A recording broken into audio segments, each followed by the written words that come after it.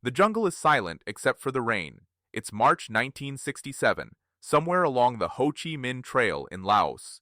Sergeant Michael Corrigan crouches behind a fallen teak tree, his M16 slick with moisture. He's been stationary for 20 minutes. His patrol, 8 men from the 101st Airborne, has orders to monitor enemy supply movement. But Corrigan has a problem. 50 meters ahead, through the curtain of vegetation, he can hear footsteps. They're moving parallel to his position. The cadence is wrong. Too slow, too deliberate. He signals his radio man to stay quiet. Every man in the patrol knows that sound travels farther than sight in this terrain. One wrong move, one snapped branch, and they're compromised. What Corrigan doesn't know yet is that the enemy patrol he's listening to has already detected his team. The footsteps he hears aren't from soldiers moving to their next position. They're bait. The North Vietnamese army has spent 3 years perfecting a counter-tracking method that turns American doctrine inside out, and in the next 4 minutes, Corrigan's entire understanding of patrol tactics is about to change. Step back to 1965. American forces arrive in Vietnam with patrol techniques refined over 2 decades. The doctrine is clear: move quietly, space your men at 5-meter intervals, avoid trails, use hand signals. The field manuals from Korea and World War II still apply. Infantry patrols are the eyes and ears of larger operations. They gather intelligence. They deny the enemy freedom of movement. They establish presence.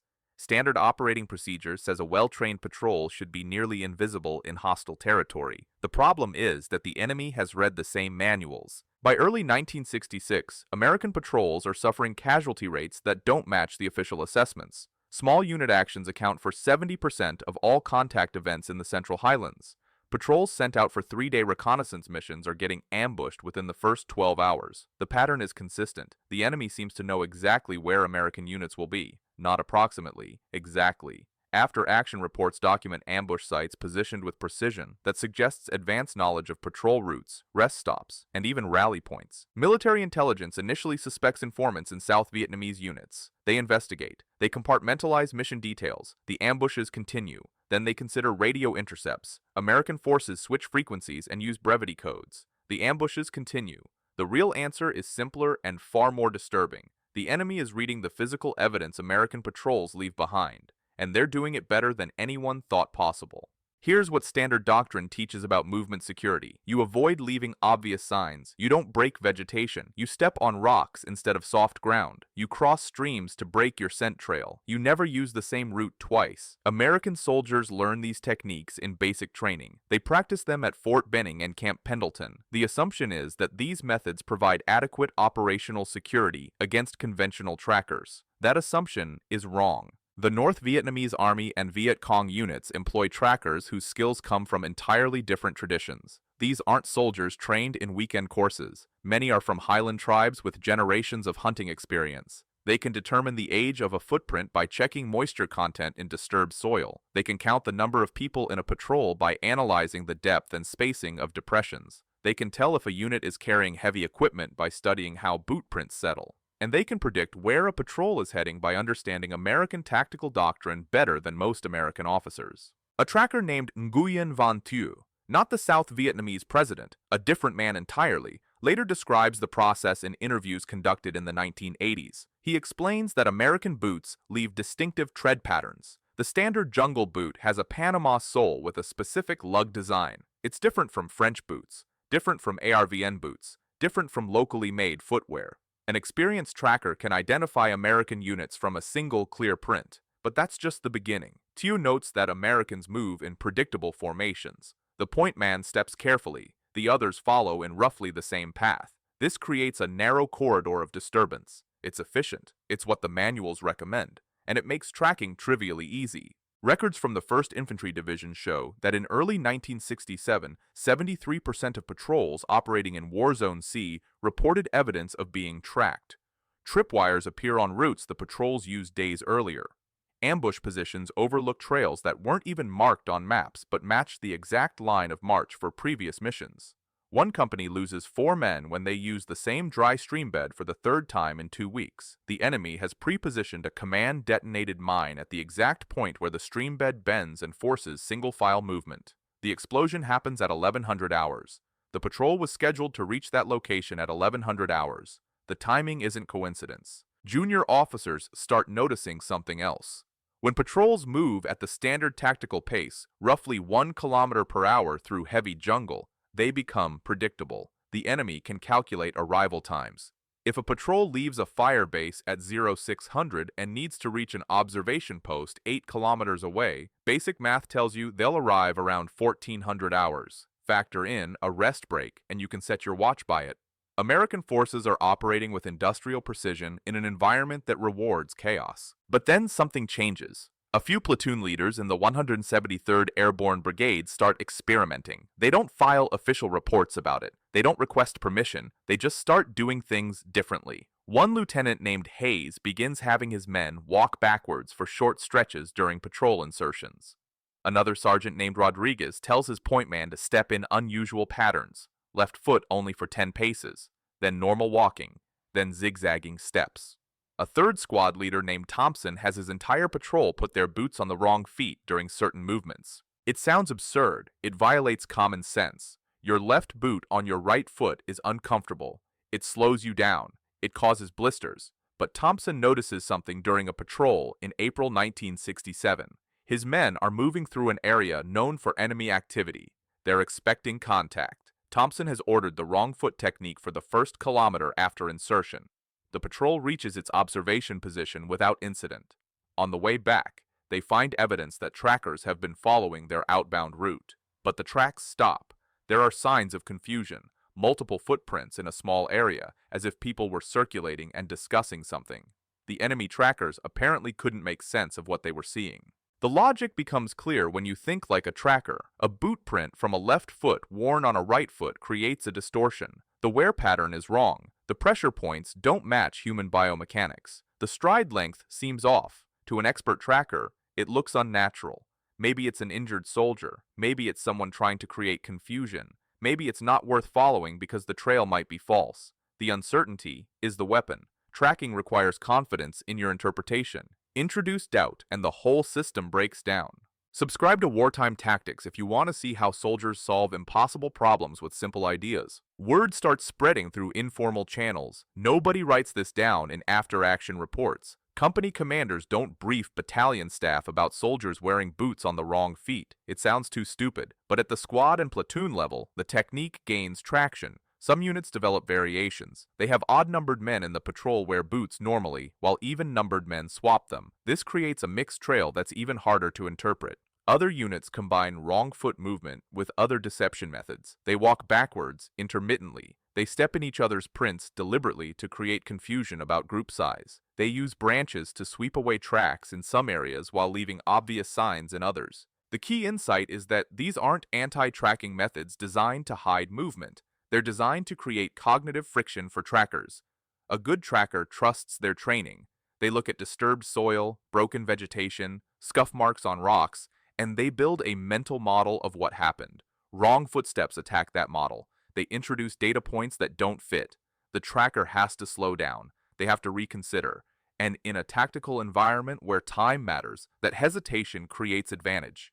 By mid-1967, enemy ambush rates begin declining in certain areas. The change isn't dramatic enough to show up in division-level statistics, but company and platoon records indicate a shift. Units that adopt deception footwork report fewer tracking-related contacts. One company in the 4th Infantry Division logs 47 patrols over 3 months using mixed footwork techniques. They experience 2 ambushes. A control group running standard patrols logs 31 missions with 7 ambushes. The sample size is small. The variables are uncontrolled, but the pattern is suggestive. However, there's resistance from senior leadership when word finally reaches higher command. A battalion operations officer dismisses the technique as unprofessional in a meeting recorded in unit records. He argues that soldiers should focus on proper fieldcraft rather than gimmicks. A training memo from October 1967 specifically prohibits wrong foot marching in one brigade, citing concerns about foot injuries and reduced mobility. The memo notes that boots are manufactured with specific left and right orientation for biomechanical reasons. Wearing them incorrectly for extended periods causes strain on ankles and knees. Medical staff report increased cases of stress fractures among soldiers using the technique for long-duration patrols. This is the trade-off. Wrong footsteps create confusion for trackers, but they also create discomfort and injury risk for the soldiers using them. A patrol that swaps boots for 8 hours will move slower. Men will be less stable on uneven ground. If contact occurs and the unit needs to move fast, those few seconds of reduced mobility could matter. The technique works best in short applications, during insertion, during exfiltration, during movements through known tracking hotspots. Use it for an entire 3-day patrol, and you'll cripple your own unit. Some platoon leaders develop protocols. Boots get swapped only for the first and last kilometers of movement, or only when crossing areas where tracks can't be avoided, muddy ground, sandy soil, shallow streams. The rest of the time, soldiers move normally. This balances deception value against physical cost. It requires judgment from squad leaders. They need to assess terrain and threat level in real time. The technique evolves in other theaters as well. British forces operating in Malaya during the emergency had encountered similar tracking challenges in the 1950s. Communist insurgents used aboriginal trackers called Sakai, who could follow patrols through primary rainforest for days. British Special Air Service units experimented with various counter-tracking methods. Records suggest some SAS patrols used backward walking and deliberate false trails. However, these techniques weren't formalized or widely disseminated. The institutional knowledge remained within small elite units. When the emergency ended in 1960, the lessons didn't transfer to conventional infantry doctrine. The Americans in Vietnam rediscover these methods independently. The difference is scale. You have hundreds of infantry companies running thousands of patrols every month. The experimental iterations happen faster. A technique that works for one platoon gets copied by others. Soldiers rotate between units and bring ideas with them. By late 1967, wrong footsteps and related deception methods are known across multiple divisions, even if official doctrine doesn't acknowledge them. But there's another problem. The enemy adapts. Intelligence reports from captured documents indicate that North Vietnamese units are briefing their trackers about American deception techniques by early 1968. One captured training manual, translated by U.S. intelligence in March 1968, includes a section on interpreting false footprints.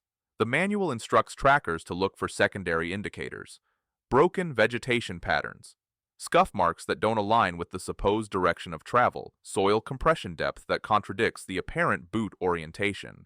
The manual essentially teaches trackers to see through the deception. This creates an escalation dynamic. Americans introduce wrong footsteps. Enemy trackers learn to identify wrong footsteps.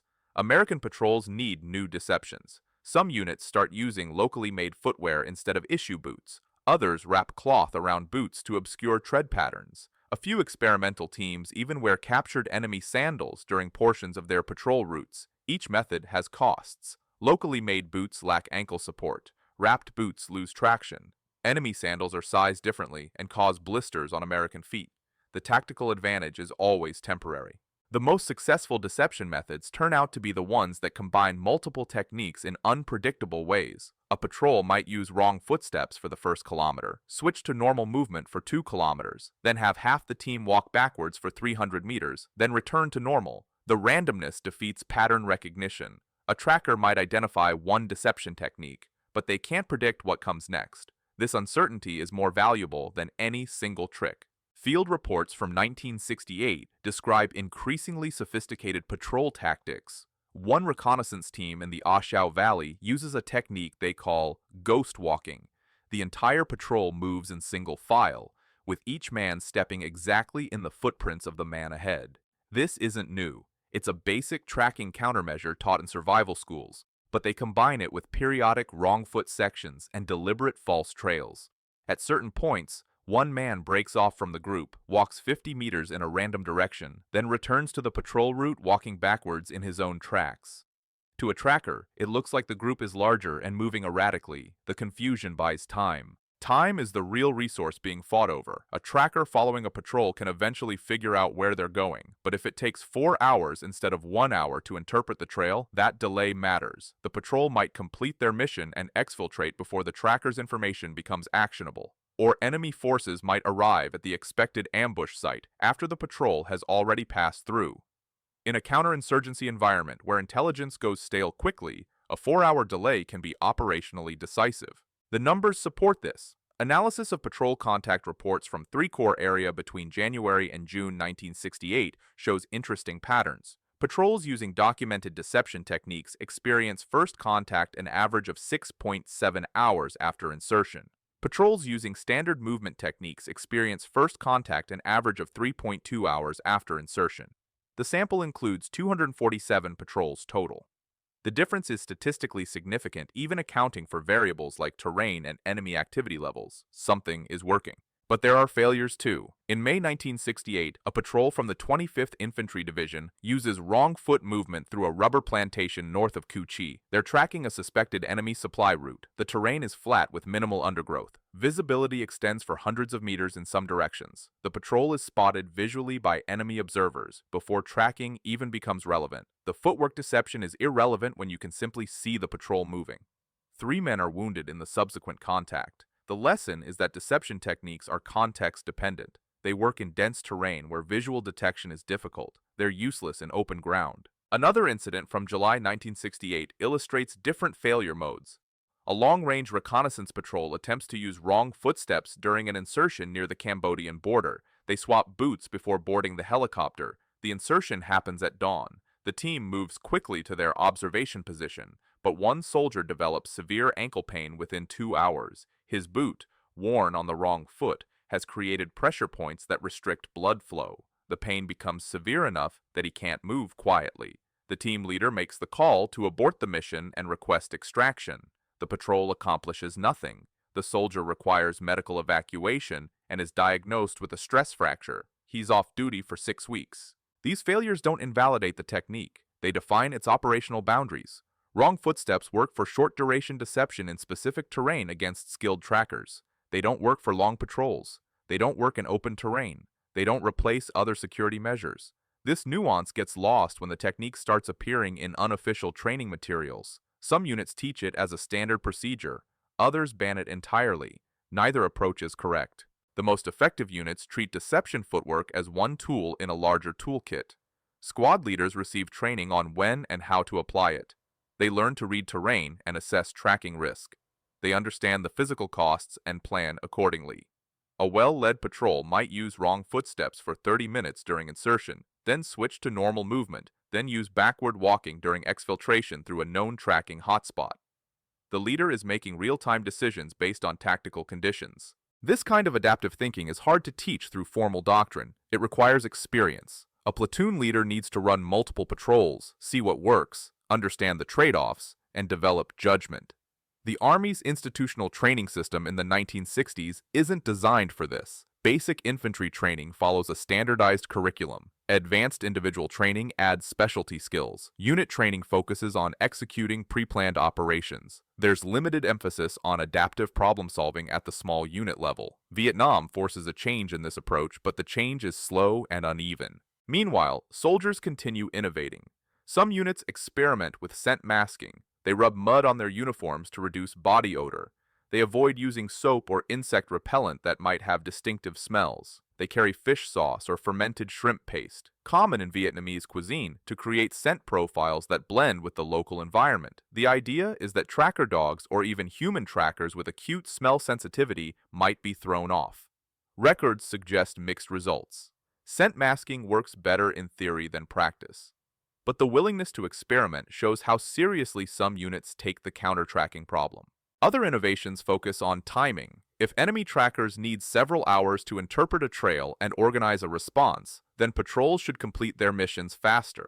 Some reconnaissance teams adopt snatch and grab tactics. They insert, move to the objective, gather intelligence, and exfiltrate within 4 hours. This compressed timeline doesn't give trackers enough time to matter. The trade-off is that rushed intelligence gathering might miss important details. A team that spends 15 minutes observing a trail junction will see less than a team that spends 3 hours. Speed and thoroughness are in tension. The broader lesson is that tactics always involve trade-offs. There's no perfect solution. Wrong footsteps reduce tracking effectiveness, but increase injury risk and slow movement. Rapid exfiltration prevents tracker-based ambushes, but reduces intelligence quality. Heavy deception creates confusion, but requires time and energy. Successful units are the ones that understand these trade-offs and make conscious choices rather than following procedures blindly. Hit the like button if you're learning something new about how wars are actually fought. By 1969, the character of the war is shifting. American ground combat operations begin scaling down. More responsibility transfers to South Vietnamese forces. The nature of patrol missions changes. There's less emphasis on search and destroy operations, and more focus on security patrols around pacified areas. The tracking problem diminishes in importance because patrols aren't penetrating as deeply into enemy-controlled territory. Wrong footsteps and related techniques fade from widespread use. They remain known within experienced units, but stop spreading to new soldiers. The institutional army never formally adopts deception footwork into doctrine. The infantry school at Fort Benning doesn't teach it. Field manuals don't mention it. Official training films don't demonstrate it. The technique remains in the realm of things experienced soldiers know, rather than things the army teaches. This is partially because the medical concerns are real. Teaching soldiers to routinely wear boots on the wrong feet creates liability issues.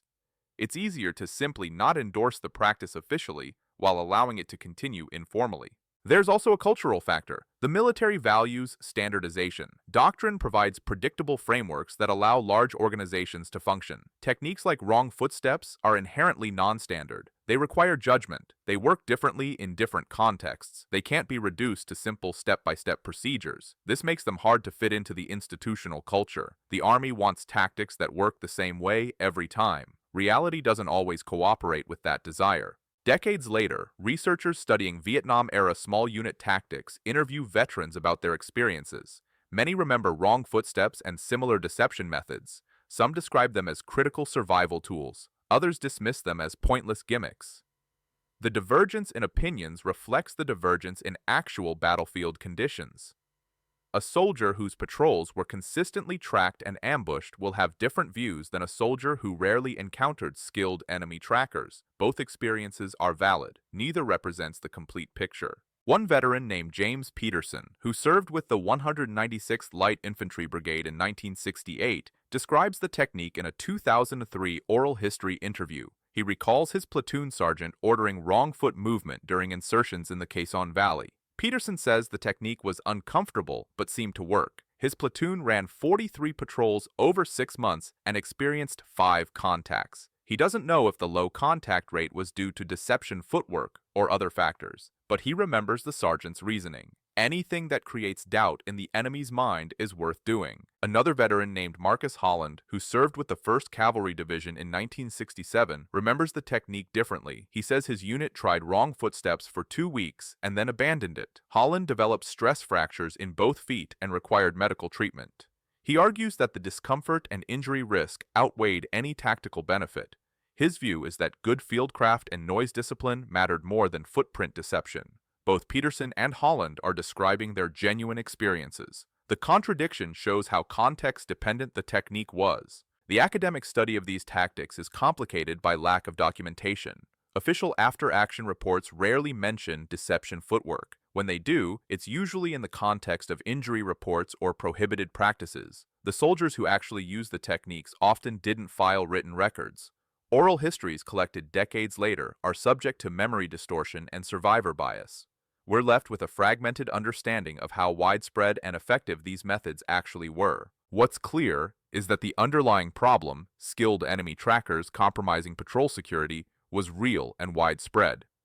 What's less clear is how much various counter-tracking techniques actually helped. The data is too sparse and too contaminated by confounding variables to draw firm conclusions. This is typical of tactical innovation in counterinsurgency warfare. Conditions change rapidly. Controlled experiments are impossible. Soldiers innovate based on immediate survival needs rather than long-term data collection. Some researchers have looked at similar techniques in other conflicts. During the Rhodesian Bush War in the 1970s, Rhodesian security forces faced highly skilled trackers among Zanla and Zipra insurgents. Rhodesian Special Forces units like the Selous Scouts reportedly used deception techniques including wrong footsteps, backward walking, and false trails. However, documentation is limited. The Rhodesian military didn't publish detailed tactical manuals, and many operational records were destroyed or remain classified. Oral histories from Rhodesian veterans mention these techniques, but provide little systematic analysis. British forces in Northern Ireland faced a different tracking challenge. Republican paramilitaries didn't use traditional trackers, but they did monitor patrol patterns and predict routes. British units responded with randomized patrol timing and unpredictable routes. Some units allegedly used footwear deception, switching to civilian shoes during certain operations to blend with local populations. Again, official documentation is sparse. These tactics existed in the realm of unit-level innovation rather than formal doctrine. The pattern across these conflicts is consistent. When facing enemies who can track or predict patrol movements, infantry units improvise deception methods. The specific techniques vary. The underlying logic is the same: create uncertainty, break patterns, make prediction difficult. These principles are more important than any individual tactic. Wrong footsteps are just one expression of these principles. Modern military forces still face tracking threats in certain environments. U.S. Special Operations Forces operating in Afghanistan and Iraq encountered adversaries with traditional tracking skills, particularly in rural areas.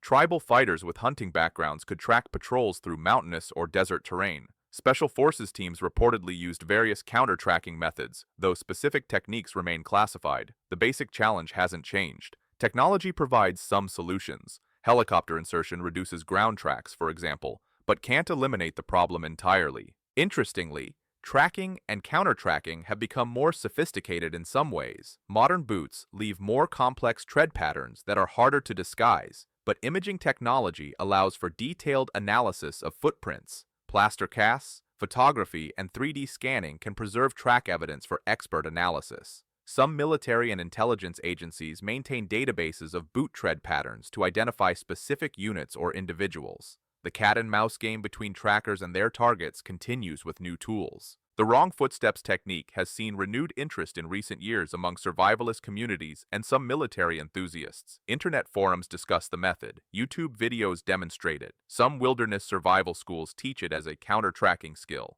However, much of this modern discussion lacks the tactical context that made it relevant in Vietnam. Walking with boots on the wrong feet as a general practice is just uncomfortable. Walking with boots on the wrong feet, specifically to deceive skilled enemy trackers in a combat environment, is a calculated risk with specific benefits. The difference matters. Tactical techniques aren't valuable in the abstract. They're valuable in specific contexts against specific threats. Wrong footsteps worked in Vietnam because the enemy employed trackers whose interpretation framework could be disrupted by biomechanically inconsistent footprints. The same technique might be useless against an enemy using different methods. Understanding the why behind a tactic is more important than knowing the what. This connects to broader questions about tactical innovation. Militaries are conservative institutions for good reasons. Standardized procedures ensure coordinated action. Proven techniques reduce unnecessary risk. But conservatism can become rigidity. When the environment changes, new terrain, new enemies, new technologies, old techniques may stop working. Innovation becomes necessary. The challenge is distinguishing useful innovation from dangerous improvisation. In Vietnam, wrong footsteps emerged from dangerous improvisation. Junior leaders facing immediate threats tried something unconventional. Some of their experiments worked, others failed. The successes spread through informal networks. The failures were forgotten or remembered as cautionary tales. This is how most tactical innovation actually happens. It's messy, it's decentralized, it's often invisible to higher command until long after the fact. The institutional question is whether this process can be formalized. Can militaries create systems that encourage tactical experimentation while maintaining necessary standardization? Can you teach soldiers to innovate appropriately without encouraging reckless behavior? These questions have no easy answers. Some modern military organizations have tried to address them. The U.S. Army's Mission Command philosophy emphasizes decentralized decision-making and initiative. Special Operations Forces have organizational cultures that reward innovation, but conventional infantry units still operate with significant constraints. The constraints exist for reasons. A conventional infantry battalion has hundreds of soldiers. Coordinating their actions requires standardization. If every squad leader invents their own patrol techniques, chaos results. There's genuine tension between innovation and coordination. Wrong footsteps worked precisely because they were used by small units operating semi-independently. The technique wouldn't scale to battalion-level operations. This suggests that different organizational levels need different approaches to innovation. Perhaps the real lesson isn't about footsteps at all. It's about the relationship between problems and solutions. The problem in Vietnam was skilled enemy trackers. The solution some units found was biomechanical deception, but other units found different solutions. Some used helicopter insertions to avoid ground tracks entirely. Others used extensive counter-surveillance to detect and avoid trackers. Still others accepted higher risk and focused on rapid mission execution. Multiple solutions can address the same problem. The soldiers who developed wrong footsteps weren't geniuses. They were desperate. They faced a problem that was killing their friends. They tried something unconventional because conventional methods weren't working. Some of their experiments helped. That's enough. Tactical innovation doesn't need to be brilliant. It just needs to be slightly better than what you were doing before. Small advantages accumulate. There's also something to be said about the enemy's perspective. North Vietnamese and Viet Cong trackers were solving hard problems too. They were working with limited resources against a technologically superior enemy. Their tracking skills represented generations of accumulated knowledge adapted to a specific environment. When Americans introduced deception footwork, it disrupted that knowledge. The trackers adapted by learning to recognize deception indicators. Then Americans adapted again. This cycle of adaptation and counter-adaptation is the fundamental dynamic of warfare. Neither side had permanent advantage. Each innovation created temporary opportunity. Wrong footsteps worked until trackers learned to identify them. Then they stopped working. This isn't a failure of the technique. It's the nature of tactical competition. Every advantage is provisional. Every solution creates new problems. The goal isn't to find perfect tactics. The goal is to stay inside the enemy's decision cycle. Keep adapting faster than they can respond. This has implications for how we think about military history. It's tempting to look for decisive innovations, the stirrup, the machine gun, the aircraft carrier, that permanently changed warfare. These do exist, but most tactical innovation is smaller and more temporary. Wrong footsteps didn't change the outcome of the Vietnam War. They helped some patrols survive some missions. That's significant to the soldiers involved. It's not historically decisive. Most tactical innovation falls into this category. Important in context, limited in scope, forgotten quickly. The documentation problem contributes to this forgetting. Wrong footsteps weren't recorded in official histories because they weren't official. They existed in the informal knowledge networks of experienced soldiers. When those soldiers left the service, the knowledge left with them. Some got passed to new soldiers through mentorship. Most disappeared. This pattern repeats across military history. The written record preserves what institutions value.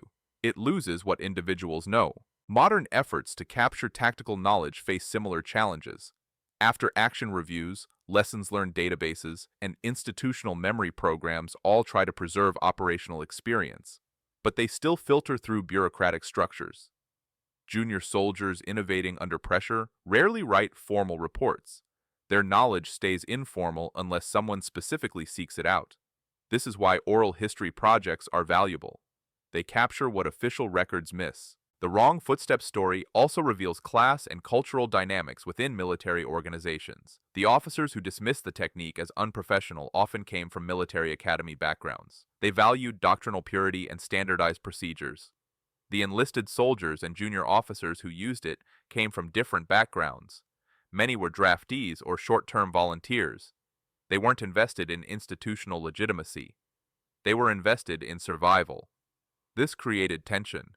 The institution wanted predictable, controllable tactics.